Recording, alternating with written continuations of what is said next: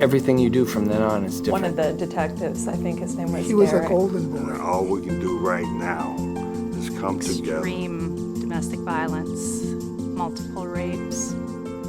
Here on Life Support, we tell stories. We want you to find a deeper relationship with Jesus Christ. I'm so glad you've joined us, and we're honored to have with us today again Susan Thompson, who is one of my colleagues on staff here at Ridgewood Church in Minnetonka, Minnesota. Susie's an ordained pastor, and she handles counseling, pastoral care, and pretty much anything that I ask her to do with a smile on her face. We've been hearing Susie's story, and it's not an easy story. She's been telling us about her life as a young married woman that ended in divorce because of a cheating husband. She had to raise kids by herself. She was remarried. Her daughter Sarah then began to struggle with addiction, and so Susie's had to walk the whole recovery road with Sarah. And then tragically, not all that long ago, Susie received a phone call that Sarah had passed away. And so Susie's been sharing some of that journey as a Christian, but also as a woman who is on a church staff. And that's a hard thing because you're not only trying to grapple with your own grief and suffering, but you're having to carry the grief of others at the same time. But Minnesota's a strange place. You know, Susie, we have the saying in Minnesota called Minnesota nice. Mm-hmm. But that can also be translated into Minnesota fake. Minnesota, I don't show my emotions. And there's been long held in church a myth that when you show your emotion, when you show pain, that you're weak. You're not a very good Christian. You don't trust God. That's not true, is it? That is not true. That is not true at all. I think I grew up in an era where if you were truly a Christian, if you were really sold out to Christ, you grew this sort of stoic exterior that didn't allow others to see your pain, and you didn't really even acknowledge the fact if you were struggling or you were suffering, because to do that meant that somehow you weren't spiritual enough or you weren't trusting God enough. And yet, if we go back and we read the Bible, it doesn't take us very long before we see humans struggling. We see it from the beginning, from Adam and Eve all the way through the book of Revelation. We see the human struggle against sin. We see the human struggle with just life circumstances. Life does happen to people, things that are beyond our control. And so it's really a myth. It's a lie, I think. It becomes a lie of the enemy that Christians do not suffer, and if they do, they certainly don't talk about it. But here's the problem. You're in a group of people, and I've experienced this a lot in my life, and you're afraid to show that because you can see people's heads starting to spin, and you can see them going like, I got to get out of here. And you never know quite how much to share. Mm-hmm. And you then begin to naturally draw back. Mm-hmm. So how can a Christian that is suffering or has been through pain express themselves in a way, do you think, that's helpful, but yet doesn't overwhelm the people that they are hanging out with? Or is that an impossible dilemma for someone? I don't think it's an impossible dilemma. It can frankly be a difficult dilemma. I think we get a feel for the people that we can trust. I think I've seen in others, and probably myself at times, the tendency to dump too much at one time on someone who perhaps isn't that familiar with me, doesn't have a deep relationship with me. And so knowing who are the one or two or three people that you can really trust and you can be authentic with, and who will not judge you for feeling the way you do, because your feelings, you should own your feelings, but your feelings don't have to own you. That's just a part of us. It's just a part of who we are. But you want to have a small group of people, even one really trusted friend. And if you don't have someone, there are probably people listening who don't even have that one person. And if that is the case, I would encourage you to reach out to you, Pastor Paul, or reach out to me or your own pastor, someone that you feel you can trust with your story. Yeah, that's great advice. And we do have a care page on our website at myrwc.org. I find a dilemma preaching each Sunday, and pastors, I think, go through this a lot. I've got life stories that fit illustrations, and many times I think, well, I don't want to talk about myself. I'm not the point of this. I'm not the kind of preacher that goes up there and shows hunting, photos and talk about my kids all the time. I want to focus on Christ. But then I don't end up talking about it at all. And I remember saying to my wife one day, I'm so tired of talking about Taylor. I'm sure people are sick of it. And she said, Paul, you never talk about Taylor. So that is a hard thing. And especially if you're working in a church context, and here you are counseling people, you've got this massive story that could be useful, but you have to use some kind of wisdom to figure out how much to give them, right? That's right, you do. You have to use discernment to know when it's appropriate to share with a person, especially someone that you're counseling, when it's appropriate, when it's helpful for you to be authentic and allow that person to see that you are just a fellow journeyer on the road with them. You're a fellow journeyer in Christ. And so to know when to share and when to be quiet. And I think the important thing is to remember, is what I'm sharing going to point them to Christ, or is it going to point them to me? Because I can have a tendency to tell my story in such a way that it's about me rather than about what I see Christ doing in my story. Yeah, that's a great word. I think that when you're journeying with someone that's going through suffering and pain, you mentioned being quiet. To me, if there's going to be a default setting, it would be quiet. It's true. Let the person be, many times you don't want people to say anything to you. You just want them to be there. But we always feel like we have to blab. We don't like silence. Silence is really uncomfortable. If you've ever led a Bible study and you've let a question hang out there, people don't like that. And so somebody will always jump in because silence is not golden. But it's important just to be quiet sometimes, isn't it? Just listen. It is. It's very important. I think the presence, your presence with a person is far more important than your so-called wisdom.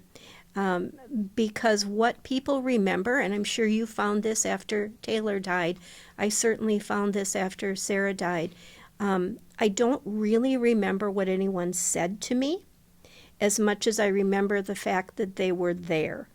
And that's true whether it's in a counseling session or you're just accompanying a friend through a difficult time. They won't remember probably anything that you've said, but they will remember the fact that you were there for them. They'll remember the fact that you brought a meal, or you brought a bouquet of flowers, or one of the things I appreciated most that people brought after Sarah died was boxes of Kleenex and paper towels and paper plates, because I didn't have the energy to worry about cleaning up dishes and things like that. But those really practical kinds of helps are what people remember. They do. And when you're on the giving end of that, make sure you ask the person what they need. Don't assume you know what they need. That's right. Because that happens a lot. They probably don't need another pan of lasagna. That's exactly right. Gain about 100 pounds in the first week of grieving with everybody making their best meals for you. But it's really true. You remember the people and you remember the acts of kindness, and you just remember the presence of those that just sat with you and were there. You don't remember words of wisdom. That comes maybe later on as you grapple long-term with it. So you've had this incredible story, Susie. You've touched on so many different areas of human experience, from divorce to raising a child, in a recovery situation, of grieving a child, of all these things that have happened to you. Talk to me about what you've learned about God along the way? I've learned that in spite of my feelings, which sometimes get the better of me, that God really is good. And I can remember the day that Sarah died, thinking, how can God be good in this? The day that I went through bankruptcy and sat in a bankruptcy court thinking, how can God be good in this? And when I went through divorce, how can God be good in this? How can God be good in all these really, really difficult circumstances? And what you find, again, I go back to this, if you allow him to continue his work, if you don't just throw up your hands and say, I give up on you, God, he will never give up on you, and you will see his stories of faithfulness repeated again and again and again. And actually, in Sarah's death, we have had the opportunity to talk to so many people about what she actually accomplished in her life and what has been accomplished because of sharing her story with others. The hope that there is freedom from addiction. There is opportunity for families to be brought back together, for reconciliation to occur, both with God and with others. And God will use you, and he will use your story if you allow him to do that. He remains good. He is very good, and I'm really drawing, to Christian leaders that are willing to wade into this particular area.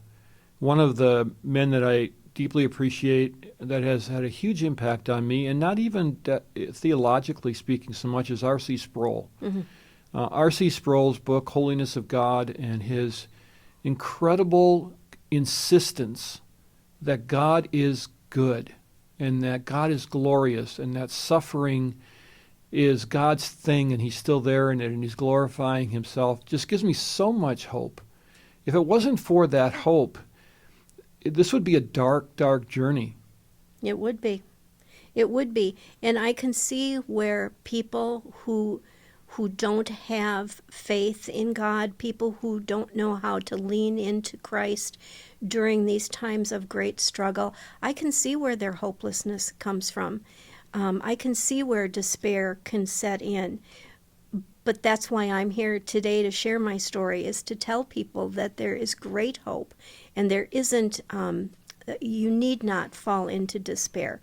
You might have some ups and downs, you might have some bumps along the way, but God is faithful if you will turn to him, if you will trust him, if you will be authentic and transparent with people that can help you. There is help to be found.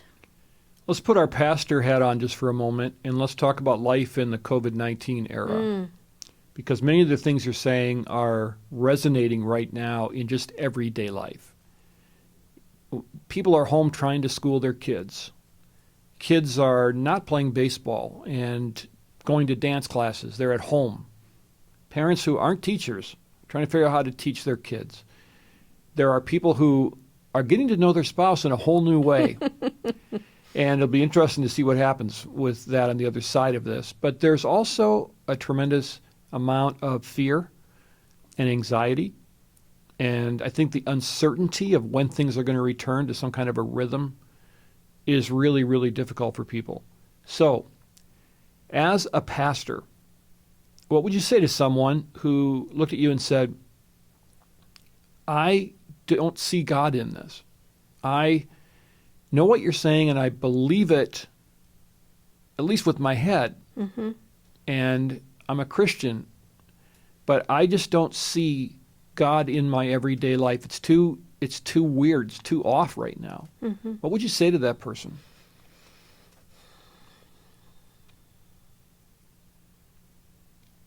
Hold on. Hold on. Don't lose your connections with others. There are times when we need others to hold on to God for us, in a sense, when we need to let others do the work, again, of praying for us, of encouraging us. even though we are isolated from one another physically, do not isolate yourself more than is necessary. Reach out. Use your phone. Use the technology that we have to stay connected. God has always had a plan. If you look back all the way to the beginning of Scripture, you can see that God's faithfulness is there, and that this is no different than many other times in our history. God is present, and He has not abandoned us, and He will use this. We see Christians being used in some amazing ways during this time. This is a time when we can bless our community, when we can bless our neighbors, when we can reach out, and it's oftentimes in the giving to others that we see God at work. And America's been through these things before. We have a very limited view of history. We have forefathers that have been through a Revolutionary War, Mm-hmm. World War I, World War II, Vietnam War, et cetera, and we've had dark times in our nation's history, and somehow we came out of that. And so, but from a Christian perspective and a Christian worldview perspective, one thing I would counsel people to do is to obey your leaders with joy. And don't buy into cynicism. And do I like everything that my leaders are doing? Not necessarily. Mm-hmm. But I am called to be a good citizen right now. And nothing reflects Christ more than following our leaders with joy. That's right. It has a huge impact on the world. It does. Avoiding cynicism and seeing the positive side of, there are some positive things happening even in the midst of this. And I think, the one characteristic of God that I see through all of this, that we see through all of history, you and I have talked a lot about God's sovereignty. God is in control even now. It may feel like it's out of control, but He has got this, and He will see us through this. And your advice is wise to obey the leaders that God has put in place over us as best we can with joy. So as you look at your life now, Susie, after this incredible story has continued to unfold, what are your goals as you look ahead now to your ministry career, and what do you say to yourself on days when you think, like, I want to do this, or I really want to be this kind of person, or this kind of a pastor? What kind of things do you think about? I think about what an adventure my life has been, and my life is not at all what I expected. Probably for most people that is true. It hasn't unfolded according to the little 5-year-old girl dream that I once had. But it has been incredibly rewarding and incredibly fulfilling. And so I really look forward. Every year that I get a little bit older, we joke about that, the aging process, which isn't always fun. But I look forward to what God still has to do with my life and what He would have me do with my life. And I look forward to that with a great deal of anticipation. Yeah, and I think that you're an example of a believer that's been through so much, and you're still standing, and you're still praising God, and you're still following Christ. And that's the mark of a believer that is serious and real. It's so easy to follow Jesus when everything is super great and your church is great and you have a charismatic pastor and you've got tons of friends. Like you. Well, I didn't want to say. I know. But there's many in our church that would not echo that sentiment. But it's so easy to follow Jesus when your kids are great and you've got a good job. But then when something happens, and inevitably something happens, don't you wish that every marriage counseling session that you could have a section on, you are going to face hard times? And we tell them that, but they don't listen. That's right. We do. So it's easy to follow Jesus in those times, but when the rubber hits the road and we find out who we really are when suffering happens, and it's part of the world we live in because of sin, but it's also, I just want to encourage people that that's also when Jesus becomes more relevant than ever. When He shows Himself. It's almost like He's looking for those opportunities. And then we let Him in. That's right. but he's always there. And I think that's why I can look ahead with anticipation and with hope, is because I know he will be at every juncture along the way. Some of those will be really difficult. Scripture tells us we're not to think it strange when we face trials and difficulties. So we shouldn't be surprised, but we can also know that wherever we go, he goes before us. Yeah, He'll and lead us there. I agree with that. I'm really heartened.